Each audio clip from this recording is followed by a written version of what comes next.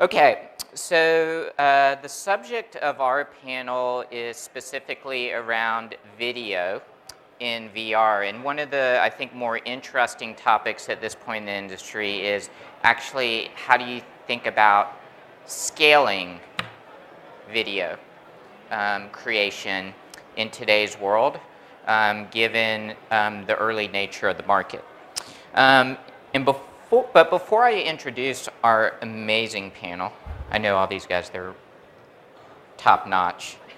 How many of you actually work in the VR industry? Okay.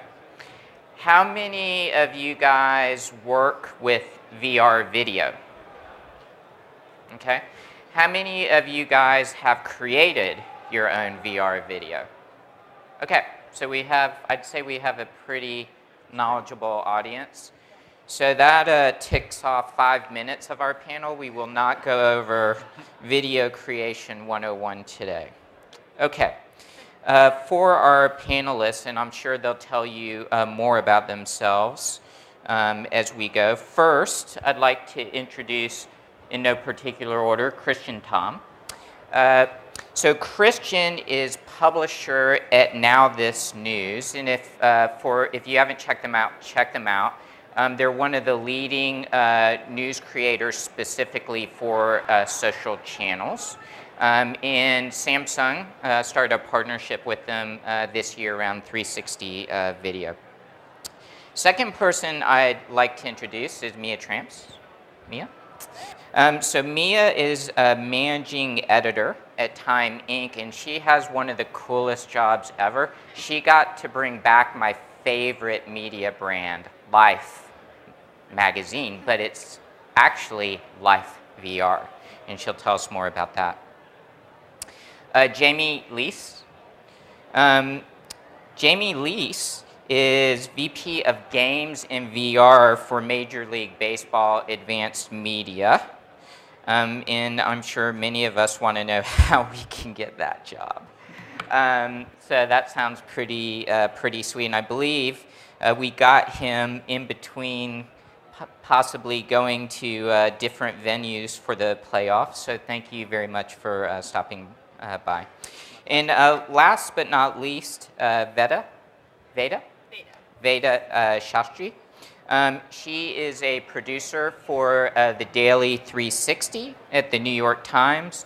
Before she joined the New York Times, she's a veteran filmmaker and a video journalist.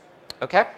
So just rules of the road. I have some set list of questions, but rather than waiting till questions at the end, if you guys have any questions as we go, and there's kind of a break, please raise your hand, and it makes more sense we'll talk about your questions then. Okay? Okay. So, first question to you guys, and I'll let you fight it out for who takes it first. But I'd say all of you have very established video operations with traditional video. So somewhere along the line, somebody made a decision that said, let's try 360 video in video for VR, even though it's not a known market and it's not huge audiences yet, but we're going to do this. So maybe you guys could tell us a little bit about why your organizations decided to invest. Sure. Go ahead. No. All right, I'll take this one first. Okay. So our ramp up to 360 video was sort of interesting. We launched Life VR, which I lead for the company, about 1.5 years ago in September of 2016. And even though it was not that long ago, it was very early in terms of like VR 360 video capture technology. There just honestly weren't a lot of really functioning cameras or post-production processes out there. So when we first started creating VR content, we were going to outside partners and production companies to produce for us, and we were not ourselves investing in cameras or software. pretty quickly thereafter, a lot more options became available on the market, and we started carefully investing in different cameras, different pieces of software, and training up our video teams on 360 video production. And I think for us, it's been kind of a slow process. We've been very strategic in what we do with each brand. So, the way we approach 360 video content for people is very different than how we approach it for time. Travel and leisure has its own strategy. So it's kind of been this process of going from brand to brand and saying, okay, what is it that your audiences would really enjoy in 360? And testing a few different variations of that and seeing what really works and then working that into their workflow. But it becomes another tool in the toolbox of the video teams. Great. So for us at baseball, we're a very established brand, over 100 years of history as a sports league. One of the things that we do at Advanced Media is we look at new technologies and try to bring our fans closer to the game wherever they are at all times. Being in the games business, we look at technology really, really quickly, and we're very excited about VR. We worked internally with some of our editorial folks about what kind of stories we could tell in VR that you couldn't tell with traditional 2D rectilinear content. So last year at the All-Star Game, which is a big jewel event for us, a lot of fans came to San Diego. We created a atmosphere, a product that allowed you to watch multiple videos, kind of the very, very simple 360 video content. We found fans just blown away, like most people who see 360 content for the first time. And after seeing that, we decided that for the postseason, we were going to follow the teams around and capture their clinches and celebrations and take fans to places that they'd love to go, like being inside the clubhouse when their team wins. Why we got so excited about it and why we invested in it was that we saw an opportunity to give our fans an experience that you couldn't tell in another way. And found our fans really, really engaging with it, and that's why we're continue to push with VR and 360 content. Great, thank you. So two reasons why NowThis started working in 360 video in particular. The first one, which Michael alluded to, is a small company based in Suwon came to us and said, we want to work with you to make 360 video using this Gear 360 camera product that we have. And so we're working with Samsung directly to create a lot of great 360 video. The other answer, which in all honesty is equally as important as having a brand partner to do it with, is the fact that for those of you who've seen a NowThis video in your feed before on social platforms in particular, you'll notice that probably NowThis was one of the first video news companies to pioneer a format of really big, bold graphics, text on screen. We program a lot for what we call audio agnostic, so sound kind of on or off in terms of the video consumption. You should be able to view it no matter which setting you have. And all these are somewhat basic mechanisms that to us reflect a larger philosophy about how people are consuming content today. We're always looking for the next new way that people are going to consume, specifically in social, which is where all of our content exists, period. Not just 360 content, but all of our content. And I think, and we've made a strategic bet that 360 is going to be, in fact, on social, one of the largest consumption patterns coming up. And the fact that Facebook natively supports it, the fact that Twitter is starting to support it and other platforms are moving in that direction, it feels very much like a place like any news publisher, any creator can start thinking about 360 and using some of the Samsung products like the Gear 360, it becomes really attractive, affordable, experimentable with, in a way that probably wasn't true before, where you had to have like a much larger rig to capture. So the Times started experimenting with 360 video about 2.5 years ago, and they released their first 360 documentary in November of 2015. And a huge part of it is essentially that it's a part of the Times' commitment to experimenting with new technologies and innovating in the digital space. And so for us, we look at 360 video as a reporting tool and how we can integrate it into our newsroom and our existing and transitioning digital space. So before we get into really the heart of the discussion around creating scalable content, how you guys, scale this from a production perspective, a financial perspective, all this type stuff.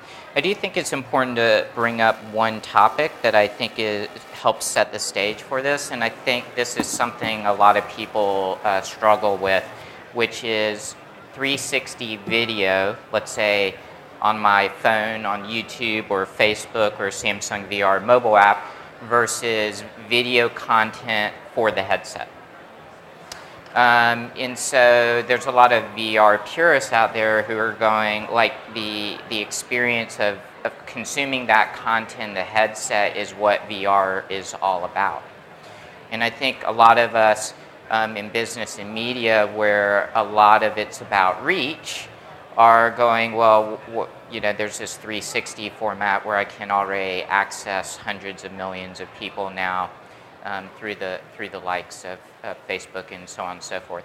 So how do you guys think about your content and where you want to be seen in terms of, and let's define 360 as the version of your content out of the headset, and VR as the version of your video content in the headset, even though technically it's the same video. But just for sake of clarity, 360 out of headset, VR video in headset. How do you guys think about that in your strategy? So let's go right to left this time. So Veda gets to go first. It's really interesting because, obviously we're releasing our content across so many platforms, and the Daily 360, which I work on, most of our viewers are coming to it on their mobile phones. And so they're coming to it on the New York Times app or on Facebook or YouTube. And so we are optimizing for that. And our storytelling and our, shot selection does reflect that. But a lot of the longer NYT VR films we're thinking about as headset experiences. And so it's something that allows us to experiment in different kinds of spaces and for across the spectrum of users. So you've literally decided some projects are going to be headset first, and then you can watch them on 360, but they have to shine there. Other ones are really optimized for 360, and if they work in the headset, great. But the main goal is 360. Is that fair? Yeah, I think that's fair to say, although it is very encouraging that a lot of our Daily 360 content, the headset audience is also growing. Yeah. Obviously it's nowhere near, somebody coming to it on Facebook, but that's also encouraging as well. But yeah, that's fair. Yep. Yeah. Great. So now this is probably a bit of an outlier. And now this is an outlier because we're a 100% distributed media company. So 100% of NowThis' video views from the beginning are all coming from social platforms. We're doing 2.3 billion views a month, all coming on social.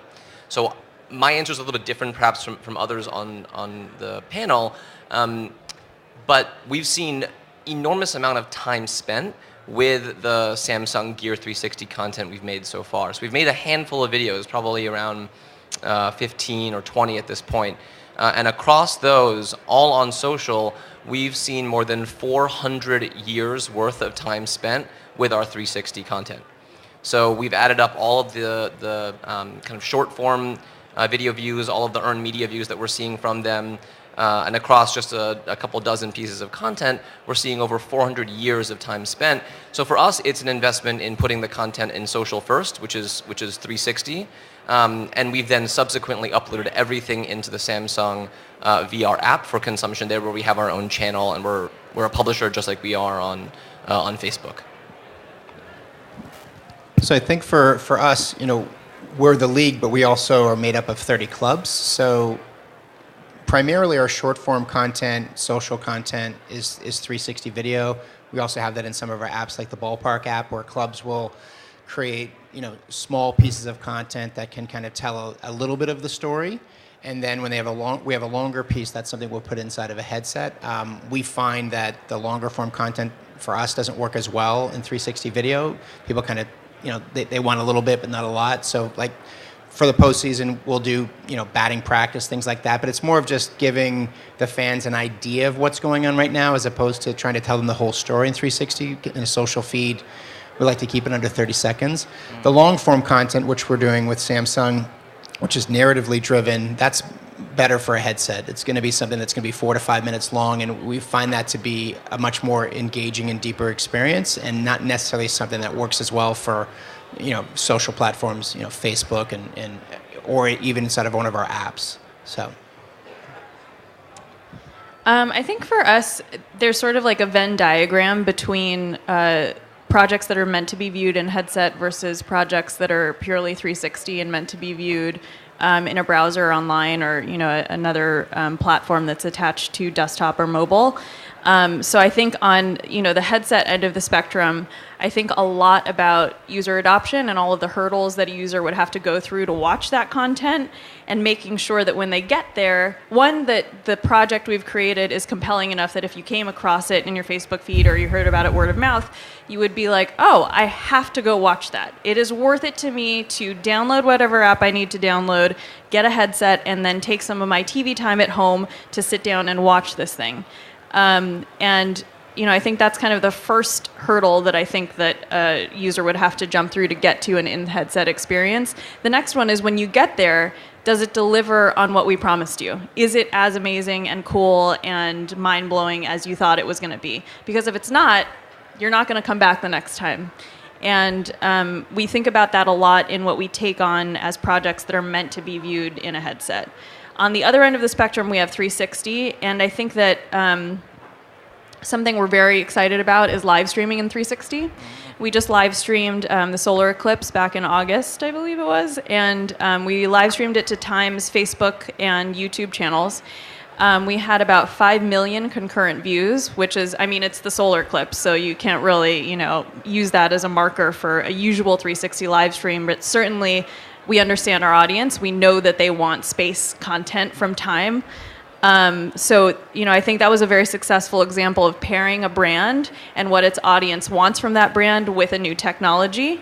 And then there's everything in the middle. So when we launch an in-headset experience, we do think about people coming across different promotional pieces of media in their Facebook streams, on YouTube, on our websites. So we'll often do 360 cut downs and trailers of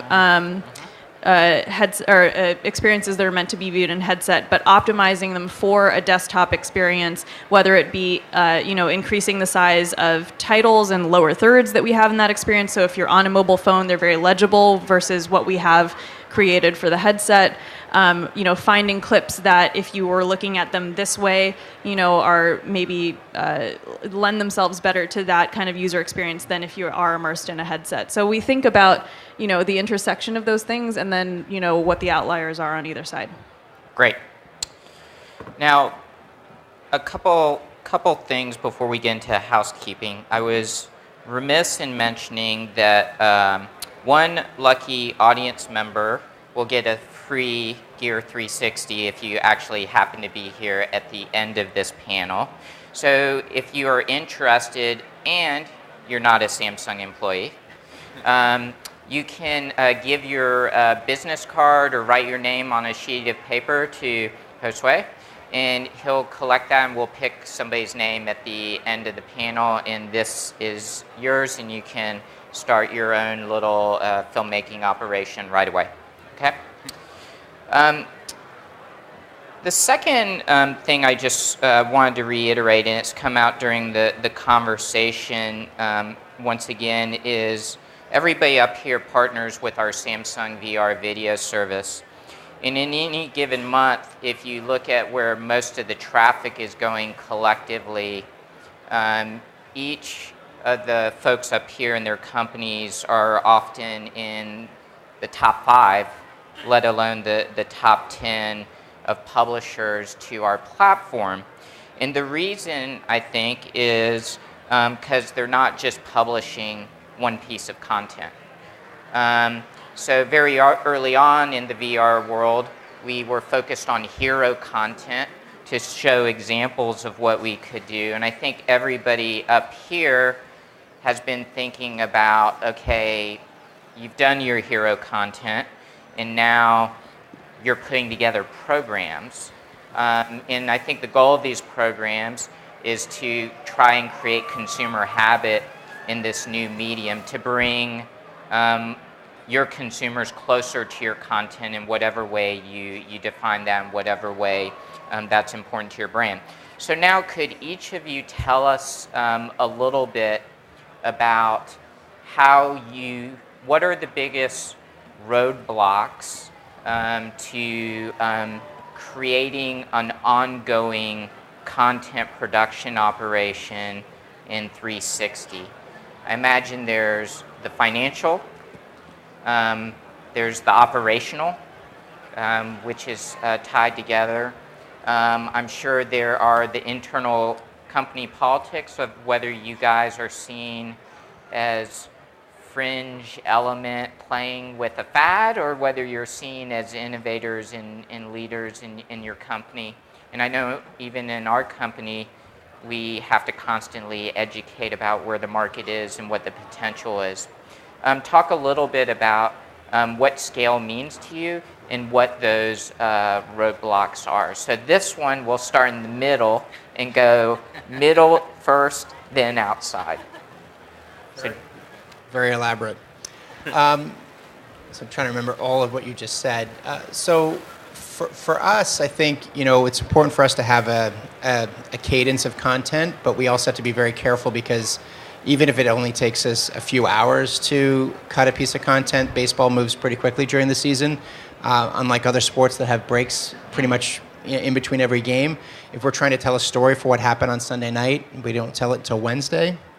There's another story that happened in between. So that's one of the biggest challenges for us is more just the cadence of our sport and trying to make sure that we're telling stories that don't feel off-brand. And then also, we're not making 100 pieces of content a day, so we want to make sure that the piece of content that we create has some staying power for weeks and months to come. And what is your general rate right now? We're doing about one every couple of weeks. Okay. We'll kind of queue them up a little bit, so we'll be producing a bunch of stuff by having our production teams travel around.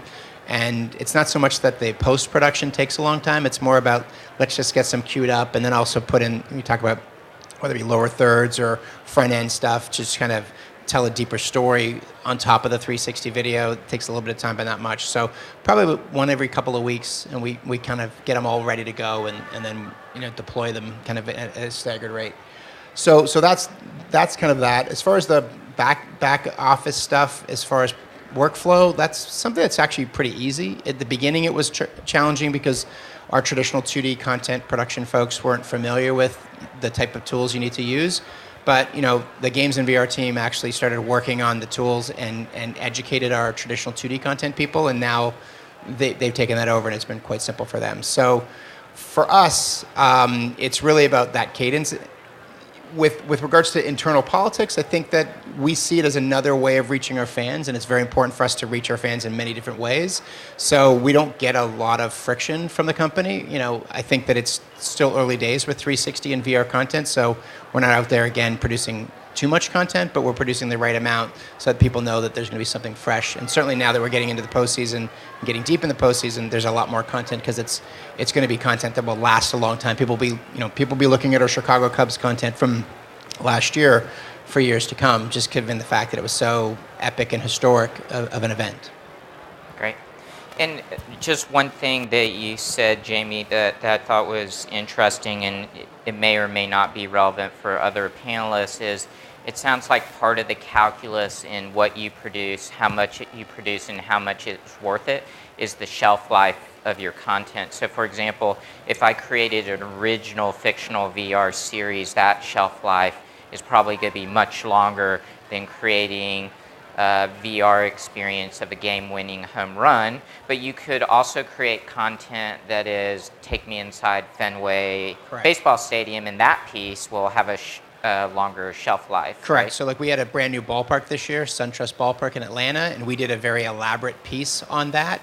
We actually took you inside the fighter jet that flew over during the national anthem. We all were not thinking we were going to get to use that because that should make you sick. Shockingly, for some reason, it didn't. It was fantastic. Didn't do a very long piece of it, but we had the national anthem, the fireworks, people running on the field, the whole thing. So For Atlanta fans, this is something that will last forever. So that's good. And then we also this year spent a lot of time with young upcoming stars as they're breaking out, trying to tell their stories. We did a piece on Ichiro that was really, really cool. He's going to the tail end of his career, perhaps retiring. So you're getting to get a snapshot of what made Ichiro. That will last forever. But if we were trying to tell a story of, even if it was somebody's 4 home run night, there's a lot of 4 home run nights, not that big of a deal. But when you get behind the scenes with somebody like Ichiro and get to see his story, that's something that people will look back on years from now. So, and I will say one of the best performing videos on Samsung VR for one-day performance was when you guys posted a video of the locker room scene of the Chicago Cubs winning the World Series last year, and you could be right there and you were getting champagne sprayed on you. And so that had not only the timely element, it mixed a variety of things, the timely element of news, a massive loyal fan base, and I think that magic of presence and immersion that those type of fans would crave. In traditional TV, usually you get about 5 seconds of that, and it's from one angle, and usually there's a broadcaster standing there, perhaps asking a question that's not relevant to you. 360 video in VR, you're right there. You're seeing Chris Bryant just overcome with emotion. His whole life led to this moment, and you get to see it when he knew the camera was there, but it's not a microphone in his face. You're not getting the stand pat answer. You're seeing him just being alive. And for our sport, I think our fans really appreciated that rawness, to be right there in the moment. Is something that we've never been able to do before. So okay. NowThis, we make 60, closer to 70 now pieces of video content on the editorial side every single day. But the challenge of VR 360 is actually probably not integrating on an operational side.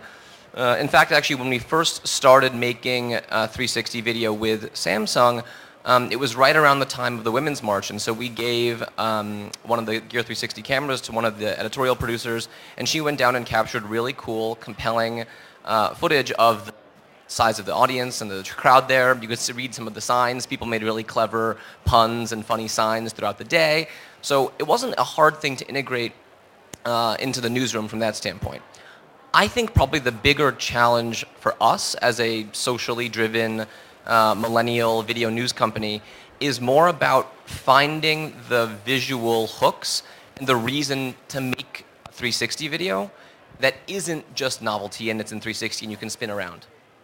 And that's actually the hardest thing that we tackled, and I think we've come to a good place where if you watch any of the 360 videos that we've made with Samsung, we've taken one of our signature visual trademarks and turned it into kind of leaving breadcrumbs for people for how to know where to look. We've gone and used the NowThis text on screen to give people a reason to go and scroll as they look around inside of the 360 video. That's something that for us is not intrinsic right now to the NowThis video consumption habits. But I would say the biggest thing is finding a good reason to do 360 so that it doesn't just feel like a 360 video for 360's sake. Excuse me, this microphone is cutting out. Can we try the other one? Okay. So before we go to Mia, I just want to draw out one interesting point here.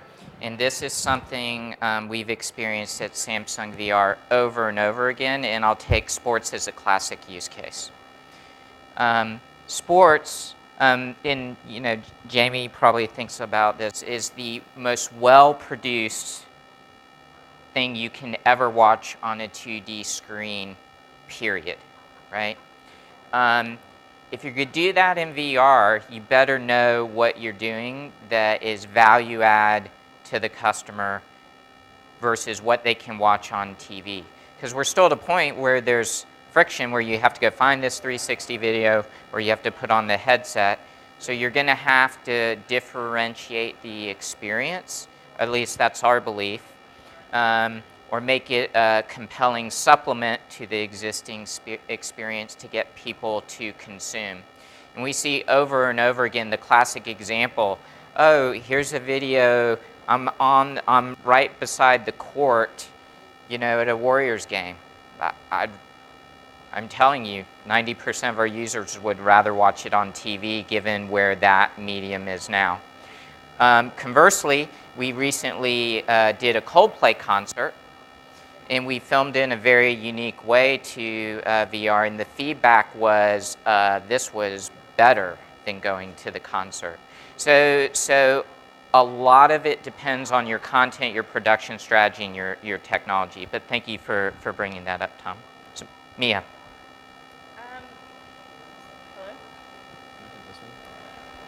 There it goes.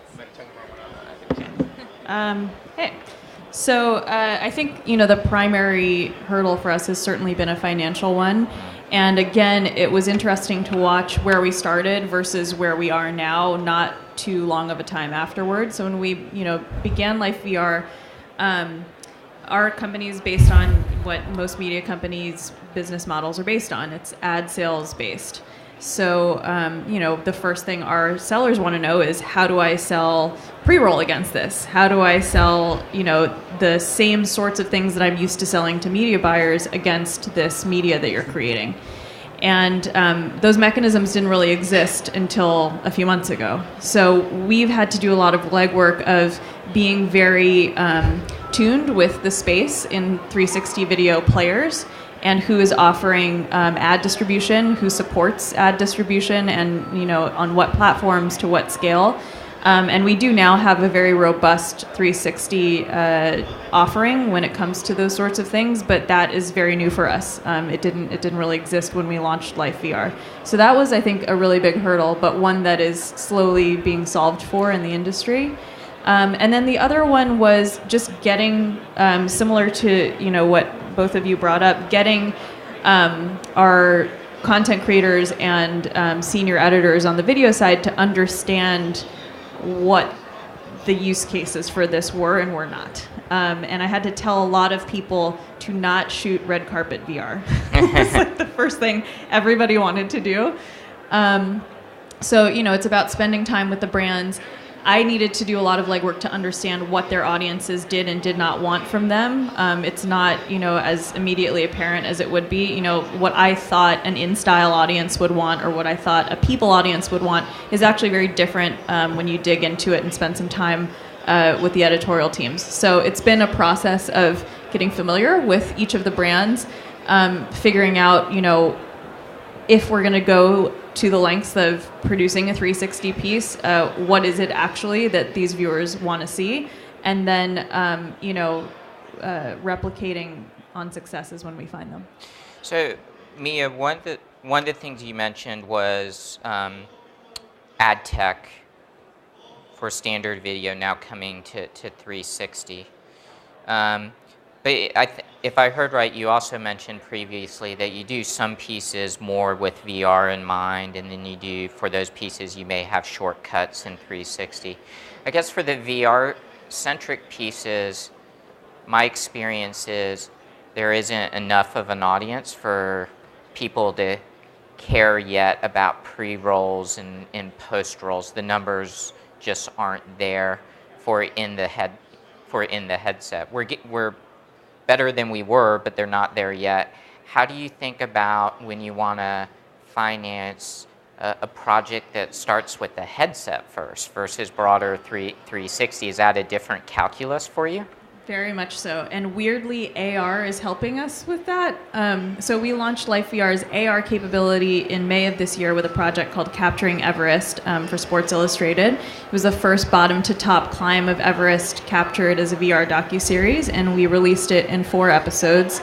It was also the launch of an AR camera in the Life VR mobile app.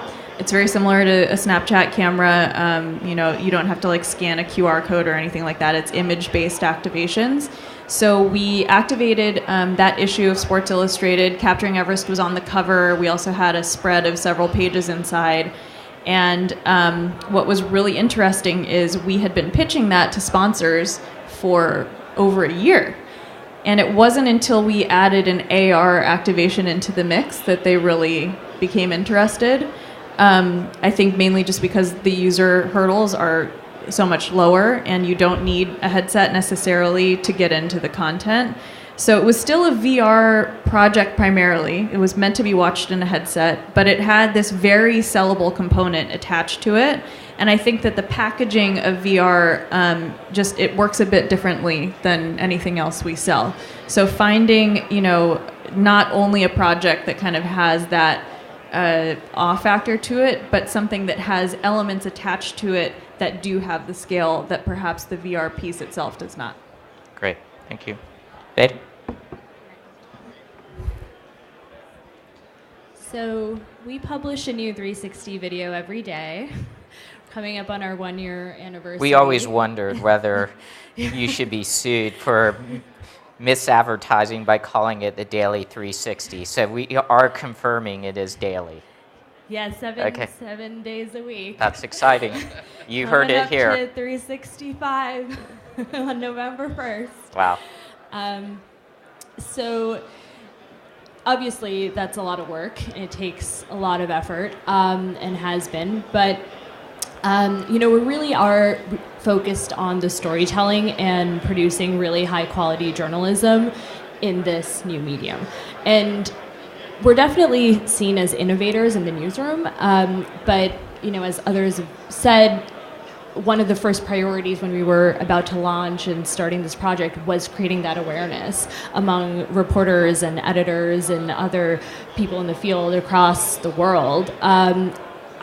How this medium works, how are we going to carry it out, what is going to be our production process, and that has taken a lot of effort, and we've gotten a lot of really great collaboration. We coordinate with all the desks, we coordinate with reporters, and we're constantly asking ourselves, how can 360 video complement the reporting that's going on in the Times? And similar to what you mentioned as a challenge, we are also asking ourselves, does this need to be a 360 video, and why? And a lot of our pieces have been shorter, but a lot of them are longer, 2-minute, 3-minute videos. I think our longest has been 6 minutes long.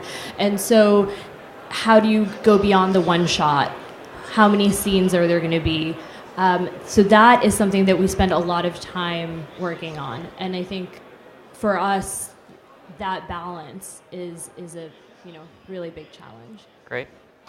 I have more questions, but before I do, I wanted to ask the audience, since you guys have not interrupted us yet, if any of you have questions that you would like to ask. Okay. Sway has a microphone. There you go. Hi, so I'm interested, you guys have been talking about different distribution and hurdles and the number of views that the 360 content is getting. My first question is, have you guys considered adopting anything in web VR in terms of reducing the amount of hurdles? And then second, is Facebook and YouTube the default distribution channels that you're looking at simply because it has that support system already of your network? Or are you interested in continuing to distribute via your own digital assets as we're moving toward a more AR internet-based cloud? That's great. So if I hear right, how do you think about your distribution platforms, including web VR? How do you think about distributing through your own apps versus other application distribution platforms? Is that right? Okay. Sure. Have the mic, the one working mic. Well, I think as we mentioned before, our videos are available on the New York Times app, on the NYTVR app, in the Samsung headset, VR player you can watch in the headset, on Facebook and on YouTube. And so it's a really, I think that effort is to, really get the content out there, and it really varies on, age or, what kinds of users are consuming it, and I think that's really important because it might be a New York Times subscriber who's a little older, who's familiar with the site, who's coming to it on desktop or on our homepage, but a younger audience that is coming to it on social, and so that's something that we're keeping in mind, and the Times player has been really supports our work, and so that's something that's definitely like a priority for us, and not only can you watch it in the New York Times app, but also on mobile web, and that was a big thing for us because we were one of the first media companies to have that. So the answer is we're distributing it across a lot of different platforms, and I think this is the time to do that because there really isn't a lot of awareness about the medium. I think for us, we've got a very integrated and sophisticated website already with all of our stats and 30 teams, et cetera. So we've looked at web VR, but it's just for us a little bit more complicated than most to try to integrate web VR 360 video into a place where we've got all sorts of stuff going on, and there's a lot of risk there for us, but we've been thinking about it. But again, I think we'd like to get people into our apps. It is an ecosystem that is what helps us monetize. So it's part of our strategy to get folks either into our apps or into our partners' apps. It supports the content production that we do. Pushing them back to web isn't as it's not as rewarding as it would be to have them in our apps. So we like to get them there. And then obviously we have a big social media presence. It's very much a part of our fans' relationship with their teams and our club, the clubs in the league. So social media is a big footprint for us as well. We're all social all the time, and that's for 360 content because it is natively supported in YouTube and Facebook. But I should say that ladders into a larger strategy around consumption that we at NowThis have seen, especially for young millennial audiences in the first place, about where people spend their time. And that's kind of the founding thesis of this intersection of mobile and social and video for us. NowThis earlier this year in January kind of rolled up with 3 other media companies, the Dodo, Thrillist, and Seeker, and were backed by Discovery Communications. They invested $100 million to create this new holding company called Group 9 Media, which is specifically driven and built for consumption on social. So our answer is that social is where we believe the future of video consumption is, period. I would say, especially given the hardware requirements of the gyroscope, et cetera, to use 360 in a really cool way. That's especially true for 360. But that strategy reflects kind of like a larger 30,000-foot view that we have about where people are consuming video content, period. Okay. We'll take... did you want to... My answer is very similar to the other ones, Okay. but we do use a 360 video player on all of our websites, and we publish across many different VR platforms, so it's certainly not limited to Facebook or YouTube. Yeah. And I would just add one thing on the web. I don't think people here would say we're doing web because we think that's the best experience, but it's the easiest way to drive social discovery. So if your content is locked in the headset, or even if you have a mobile app, and you want to use social networks to get people into your content, we like to think of our website as the easiest place where somebody can start a relationship, and then from there we can educate them about either getting our mobile app or downloading our Gear VR app as well. But I do think mobile, even if you're headset focused, having an experience out of headsets, absolutely critical to acquire audience. Next question? Sorry. Yeah. For those of us out in the field who are making 360 content, obviously I think the hype cycle has been turning against us the last 6 months or so. And it's hard to come by good data to be able to make a ROI or a case for investment on the part of clients. So I'm asking those of you guys, you have the data. Can you share anything that we can use that would point to either increased engagement times over the course of the last 18 months, or increased a number of viewers with the same type of content, or is all that stuff so proprietary that you're not willing to talk about it? You're going to be able to tell really quickly by who grabs the mic first. I mean, I can share one high-level piece of data in the work that we've done with Samsung Gear 360, all of which, again, was captured on the Gear 360 device. We have seen more than 50 million people engage on social, so comment, like, share, tag their friend, social engagement, engage with one of the videos at some point throughout the campaign so far. So as a data point in terms of the scale and who's actually touching and wanting to be looking at this 360 content, and not just looking, that's viewers, I'm talking about engagements, it's a huge number already.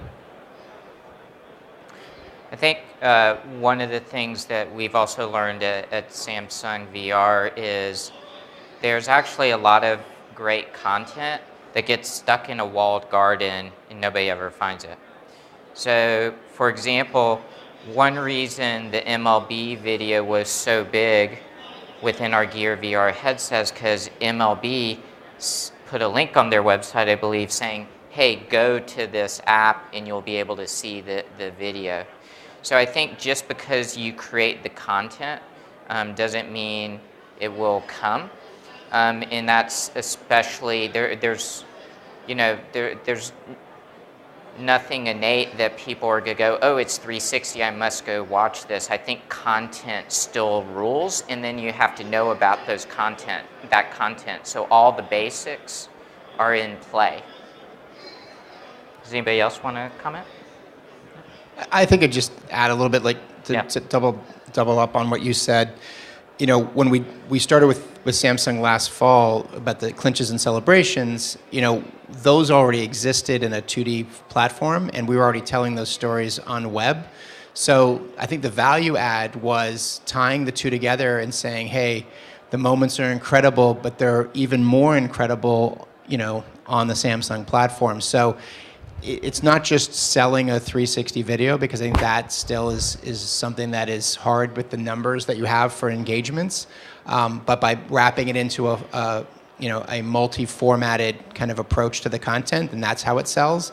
Another thing is we're still seeing, it's still early days of consumer adoption of 360 video. So engagements and activations are still a big part of the value add for people who want to invest. So a lot of our clubs are doing things on the concourses where a sponsor will come in and want to be a part of something that's really new and cool, and having people interact with their brand and the brand of the club at the same time through 360 video. So it's not necessarily something where we're getting 10 million views from the fans, but the actual sponsor is getting a really deep relationship with the fan, saying, hey, look at this great, cool content that only Nathan's Hot Dogs and the Arizona Diamondbacks can bring you. That creates value, as opposed to saying, okay, 10,000 views, what's the CPM? That's not really going to pay for you to go out and shoot the content. I think if you're just selling it that way right now, that's where you start to hit the wall. That's actually another really great point. Is one of the things we've found is content in the context of experiential as well, like working with like VR video goes through the roof at experiential events, right?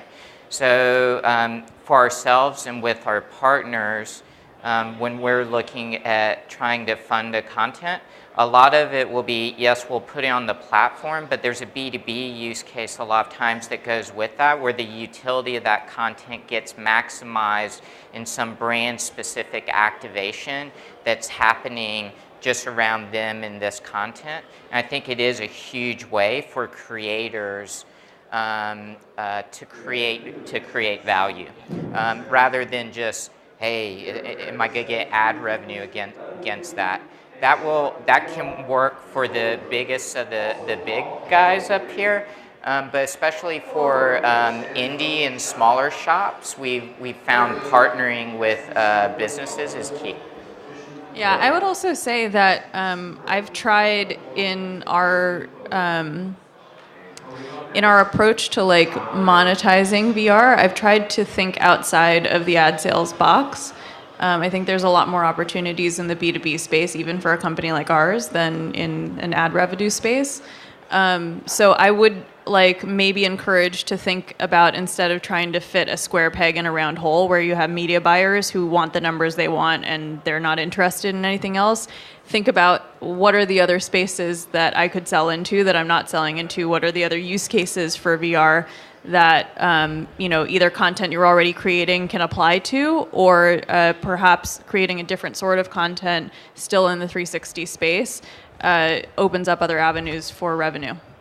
Okay, I'm getting the hook sign. I know more of you have questions, so maybe a few of us will stick around on the side. So we're gonna have to end this, but before I do not forget the free Gear 360 brought to you by Samsung VR. Juan Cortez, come on up.